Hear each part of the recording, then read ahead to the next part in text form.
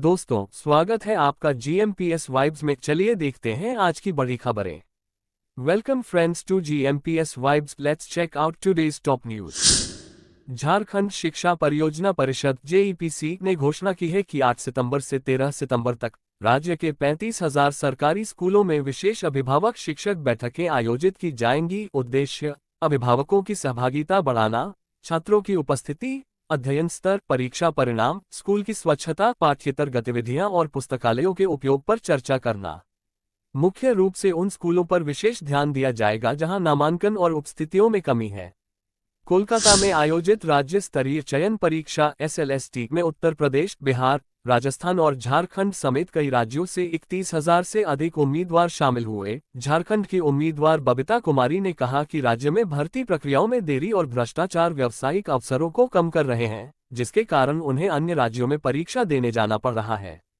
उम्मीदवारों ने अधिक पारदर्शी और समयबद्ध भर्ती प्रक्रियाओं की मांग की है, जिससे उन्हें सरकारी नौकरी तक पहुंच में न्याय मिल सके। बिहार के राजगीर में आयोजित हीरो एशिया कप हॉकी 2025 का फाइनल मुकाबला आज ऐतिहासिक बन गया। मेजबान भारत ने डिफेंडिंग चैंपियन कोरिया को 4-1 से हराकर खिताब अपने नाम किया। चौथी बार भारत ने ये खिताब अपने नाम किया। मैच की शुरुआत होते ही भारत ने जबरदस्त आक्रमण किया। पहले ही 30 सेकंड में सुखजीत सिंह ने रिवर्स स्वीप से शानदार गोल दागकर टीम को 1-0 की बढ़त दिलाई थी। दिलप्रीत सिंह का दमदार प्रदर्शन। दूसरे क्वार्टर में दिलप्रीत सिंह ने 28वें मिनट में गोल दागकर भारत को 2-0 से आगे कर दिया। तीसरे क्वार्टर के 44वें मिनट में उन्होंने दूसरा गोल करते हुए टीम का स्कोर 3-0 पहुंचा दिया। दिलप्रीत सिंह को मैन ऑफ द मैच चुना गया। घाटशिला विधानसभा सीट पर उपचुनाव होना है। भाजपा प्रदेश समिति की बैठक में उम्मीदवार और रणनीति पर चर्चा होगी। पिछले चुनाव में भाजपा प्रत्याशी बाबूलाल सोरेन को 75,000 वोट मिले थे, जबकि झामुमो के रामदास सोरेन को 98,000 वोट मिले थे। रमेश हांसदा भी उम्मीदवार हो सकते हैं। ईस्ट सिंहभूम जिले में दस्त के मामूली प्रकोप के बाद स्वास्थ्य विभाग ने बड़े पैमाने पर चिकित्सीय जांच अभियान शुरू किया। इसमें घर घर सर्वेक्षण, जागरूकता अभियान, आवश्यक दवाइयों और ओरल रिहाइड्रेशन सॉल्ट्स का वितरण शामिल है। प्राथमिक कारण के रूप में संदूषित पीने का पानी माना जा रहा है। स्वास्थ्य विभाग ने स्वच्छता और शुद्ध जल उपयोग पर जोर दिया है। झारखंड सरकार जल्द ही एक जनजातीय पर्यटन कॉरिडोर विकसित करने की योजना बना रही है, जिसे अर्की तमत से शुरू कर खूंटी के उलिहातू तक बढ़ाया जाएगा। अभिप्राय: भगवान बिरसा मुंडा के जन्मस्थल समेत क्षेत्रीय सांस्कृतिक धरोहरों और पारंपरिक जीवनशैली के अनुभव को पर्यटकों तक पहुंचाना। इससे स्थानीय कारीगरों, खान पान और पारंपरिक गतिविधियों को भी बढ़ावा मिलेगा। कैबिनेट द्वारा अनुमोदित 6,405 करोड़ रुपए कीमत की 2 मेन परियोजनाओं में से एक प्रमुख प्रस्ताव है, जो कोडरमा और बारकाकना के बीच रेल लाइन को डबल करेगा। इससे पटना रांची की रेल कनेक्टिविटी में सुधार आएगा और मालगाड़ी संचालन अधिक कुशल बनेगा। रांची जिला प्रशासन के तहत केजीबीवी स्कूलों में लड़कियों को कराटे, जूडो एवं ताइक्वांडो जैसे आत्मरक्षा कौशल प्रदान करने की पहल की गई। इस कार्यक्रम का उद्देश्य युवा महिलाओं को आत्मविश्वास और सुरक्षा प्रदान करना है। आर्थिक रूप से कमजोर वर्ग ईडब्ल्यूएस के छात्रों को लाभ। 10वीं पास छात्रों को 20,000 रुपये वार्षिक, 12वीं पास छात्रों को 40,000 रुपये वार्षिक।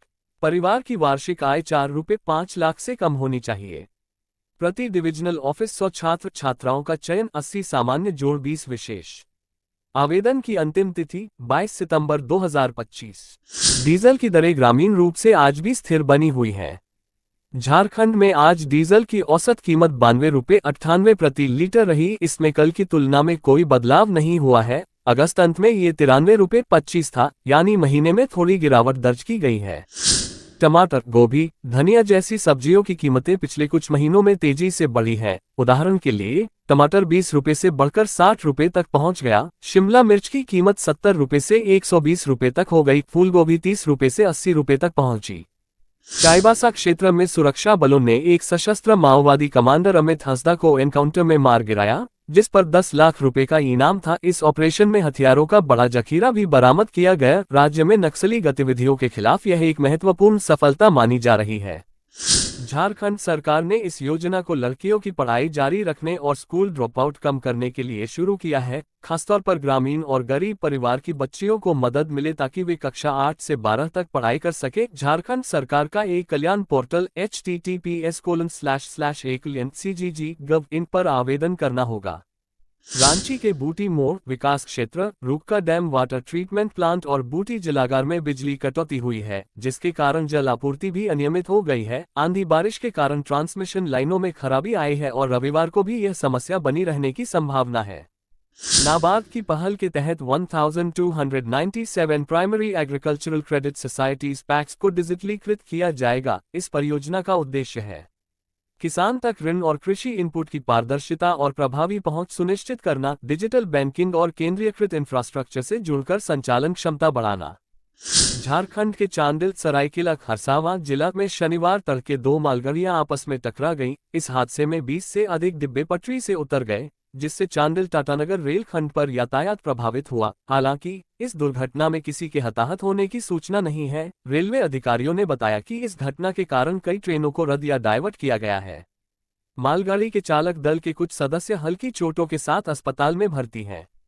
चक्रधरपुर रेल मंडल के सागरा सोनाखान क्षेत्र में भुवनेश्वर धनबाद एक्सप्रेस ट्रेन की चपेट में एक हाथी आ गया। ये हादसा सुबह करीब 5 बजे हुआ। हाथी को गंभीर चोटें आईं, लेकिन वह बच गया। रेलवे अधिकारियों ने क्रेन की मदद से घायल हाथी को जंगल में छोड़ दिया। इस घटना से ट्रेन सेवाओं में थोड़ी देरी हुई, लेकिन कोई बड़ा व्यवधान नहीं आया।